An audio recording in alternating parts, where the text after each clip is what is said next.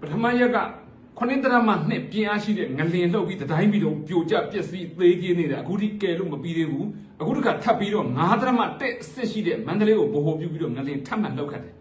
အဲ့လိုတိုင်းပြည်ကငလင်လေပိုးစိုးပတ်ဆက်လှုပ်ပြီးတော့တိုင်းပြည်လုံးပြိုကျပျက်စီးသေးကြီးနေတဲ့ချိန်မှာအကြမ်းဖက်ခေါင်းဆောင်မင်းအောင်လှိုင်ကတော့ပြည်သူကိုဘုံကျဲမပြက်ဆက်လက်ကျဲနေတယ်UNG ကဒီငလင်ကယ်ဆယ်ရေးအတွက်နှစ်ပတ်တိတိအပြစ်ခတ်ရက်စဲထားဖို့သူ့ရဲ့တိုင်တပ်ဖွဲ့တွေအားလုံးကိုအမိန့်ထုတ်ပြီးတော့ငလင်ကယ်ဆယ်ရေးမှာပြည်သူနဲ့အတူပူးပေါင်းပြီးတော့ဒီစစ်ကောင်စီရဲ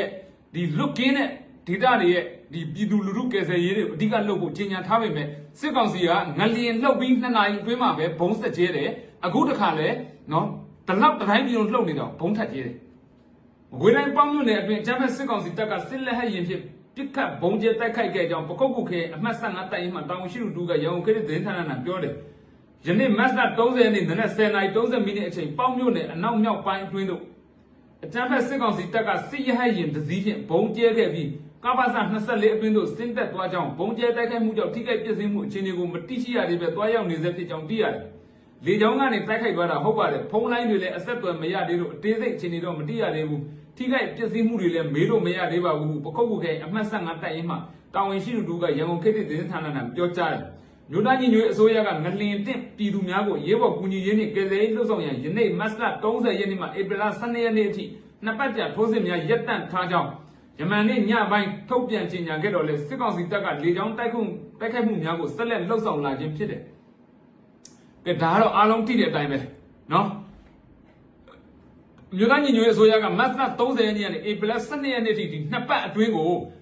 ဒီထိုးစစ်တွေအားလုံးကိုရပ်တန့်ပြီးတော့တိုက်ခိုက်မှုတွေရပ်တန့်ပြီးတော့ဒီငလင်ဘေးအတွက်ကူညီကယ်ဆယ်ရေးတွေကိုလှုပ်ဆောင်ဖို့ကြေညာချက်ထုတ်ပြန်ထားတယ်ဒီလိုအခြေအနေမှာဒီအာဏာသိမ်းအကြမ်းဖက်စစ်ကောင်စီကဒီငလင်ပြိုတဲ့ရက်ကလေးတောင်မှမနာဘဲနဲ့ဘုံကျဲလှုပ်ဆောင်နေတာအဲ့တော့အဲ့ဒီကိစ္စနဲ့ပတ်သက်လို့နော်ရှက်ဖို့တော့ကောင်းတယ်မင်းအောင်လှိုင်ကနိုင်ငံတကာကိုထွက်ပြီးအကူအညီပြောထားတဲ့ဒီအကြောင်းကိုထိုင်းမီဒီယာတခုကတင်တဲ့ချိန်မှာအဲ့မှာထိုင်းအောက်မှာရှိတဲ့ထိုင်းလူမျိုးတွေလာရေးထားတာဘာရေးထားလဲဆိုတော့နော်ဒီအကြမ်းဖက်မင်းအောင်လှိုင်တပ်ကတဲ့အာဏာသိမ်းစ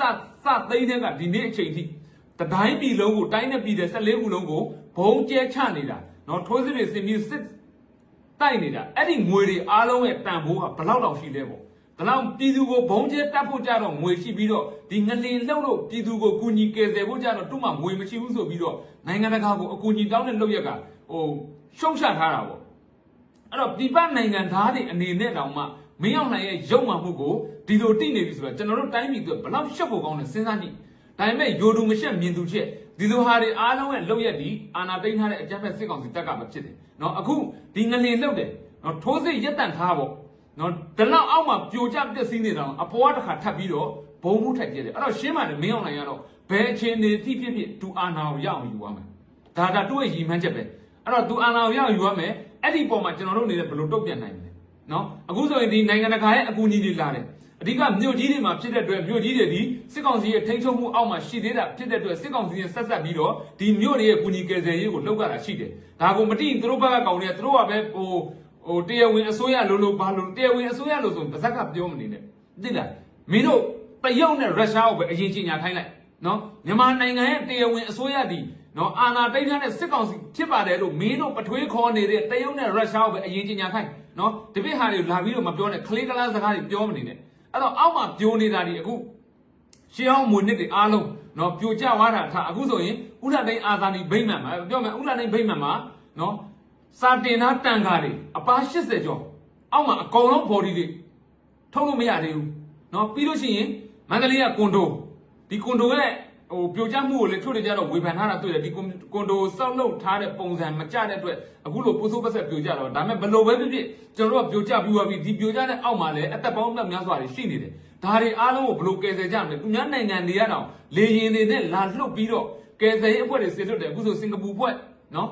တရုတ်ဖွဲ့ရုရှားဖွဲ့စသဖြင့်နိုင်ငံတကာကနေအိန္ဒိယဖွဲ့နော်ကူညီကယ်ဆယ်ရေးတွေကိုလာပြီးလှုပ်ပေးနေတဲ့အချိန်မှာကိုယ်နိုင်ငံမှာရှိတဲ့စစ်တပ်လို့တတ်မတော်လို့ကိုခံယူထားတဲ့ကောင်တွေကငလင်မှာမသေးပဲကြံမိခဲ့တဲ့ပြည်သူကိုဘုံထတ်ကျဲတယ်ဆိုတော့လှုပ်ရတာဘလောက်တောင်အယုတ်ဆိုအကြီးညာလဲဆိုတော့ပြောစရာစကားလုံးမရှိတော့ဘူးနော်အဲ့တော့ကျွန်တော်တို့တွေကဘလို့ဆက်သွားကြမှာလဲဒီလိုကောင်မျိုးတွေနဲ့နော်အခုမင်းအောင်နိုင်ရတော့ရှင်းတယ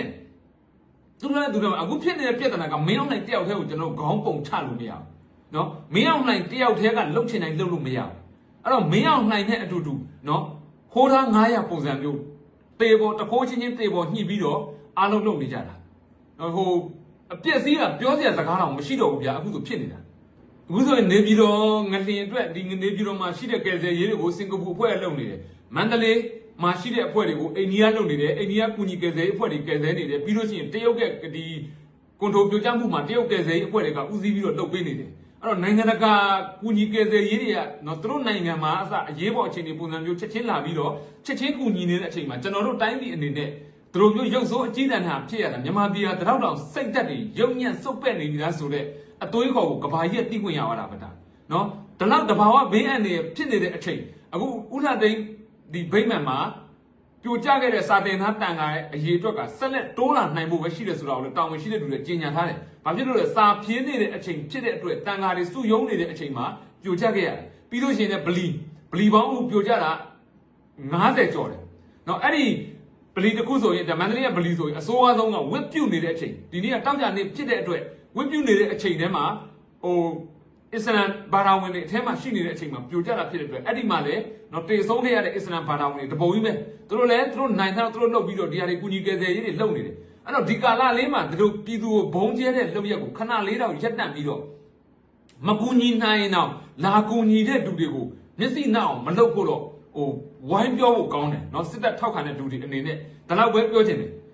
အဲ့တော့လက်ရှိကျွန်တော်တို့နိုင်ငံရဲ့တဘာဘေးအန္တရာယ်ငလျင်ဘလို့ထက်လာအောင်မလို့မတည်ဘူးအဓိကကစွန်တာဆိုတဲ့ဒီအရှိကြောက်ဖြာကြီးနဲ့အိန္ဒိယကြောက်ဖြာနှစ်ခုရဲ့ဒီထိရွေ့ပုတ်တိုက်မှုကမြန်မာနိုင်ငံမြေပုံအလဲကောင်တက်တဲ့ရင်ပြောတာဒါသခိုင်းပြတ်ရွေ့ကြောဆိုတာကမ္ဘာမှာနာမည်ကြီးတဲ့ငလျင်ပြတ်ရွေ့ကြောကျွန်တော်တို့အဲ့ဒီသခိုင်းပြတ်ရွေ့ကြောတက်မှာနေနေတာဒါကြောင့်မလို့မြစ်စုံကိစ္စတွေမှာဒီဘွေးမေတာပညာရှင်တွေအနေနဲ့ကန့်ကွက်ခဲ့တာမတော်တော့ဒီမြစ်စုံဆယ်ကြီးလာစောက်ထားတဲ့အချိန်အခုလိုမျိုးငလျင်အင်အားပြင်းတဲ့ဟာတွေလှုပ်လာမယ်ဒီထက်ပြင်းတဲ့ဟာတွေလှုပ်လာမယ်ဆိုရင်ကျွန်တော်တို့အဲ့ဒီမြစ်စုံဆယ်ကြိုးကြတာနဲ့သွားပြီးကချင်ပြည်နယ်မြစ်ကြီးနားစပြီးတော့အောက်မှာရှိတဲ့မြို့တွေအကုန်လုံးပျောက်သွားမှာနော်အဲ့ဒါဖြစ်လို့ကန့်ကွက်ခဲ့တာဒါပေမဲ့တရုတ်ကသူ့နိုင်ငံပြိုကျပါစေလေသူ့နိုင်ငံထိတာမဟုတ်ဘူးလေဒါပေမဲ့အကျိုးမြတ်ရရင်တရုတ်ကသူ့နိုင်ငံရမှာအဲ့လိုအနေထားမှာဒီမြစ်စုံကိုရအောင်စောက်ဖို့အတွက်ဒါဒီစစ်ခေါင်းဆောင်တွေအာဏာရရေးအတွက်တရုတ်ကလိုက်လုပ်ပေးနေတာဒါအားလုံးတိပဲဖြစ်တယ်အဲ့တော့ကျွန်တော်တို့နိုင်ငံဟာဟိုအသားလုံးတစ်လုံးကိုပတ်လက်ခွေးရဆွဲသလိုအိန္ဒိယကလည်းလိုချင်တယ်တရုတ်ကလည်းလိုချင်တယ်ထိုင်းမဲ့ချမ်းကလည်းတဝယ်ရင်နဲ့စိတ်ကအပါဝင်ဂပိုက်လိုင်းတွေနဲ့ဒီမှာရှုပ်နေတယ်နော်အဲ့ဒီကနေချစ်ချုပ်ပြီးတော့ကျွန်တော်တို့တော်လှန်ရေးဆိုတာကိုရက်တည်လာခဲ့ရတာနော်အဲ့လိုအနေထားမှာကျွန်တော်တို့စီးလုံးဖို့ညီညွတ်ဖို့လိုတယ်ဒီစစ်ကောင်းဆောင်တွေကတော့တိုင်းပြည်ကိုအကုန်ချနှင်းပြီးတော့ဘယ်သူတေတေငတေမိုင်ပြီးရောဆိုတဲ့မူဝါဒကိုတွားနေတာနော်အဲ့တော့စစ်တပ်ကိုထောက်ခံပါတယ်ဆိုတဲ့လူတွေအနေနဲ့လဲနော်အခုလိုမျိုးငလျင်လှုပ်ပြီးတိုင်းပြည်လုံးကြေမှုန့်နေတဲ့အချိန်မှတော့ဘုံကျဲရတဲ့ခမားတို့ရဲ့စစ်တပ်ကိုခမားတို့ကိုးကွယ်လေးလားထောက်ခံလေးလားဆိုတာလေးကိုပဲကိုယ့်ကိုပြန်မေးကြစေချင်ပါတယ်အင်မတန်ရုပ်ဆိုးအကြီးတန်းနဲ့အောက်တန်းကြတဲ့လုပ်ရက်ကြီးကိုလုပ်နေကြတာရှက်စရာကြီး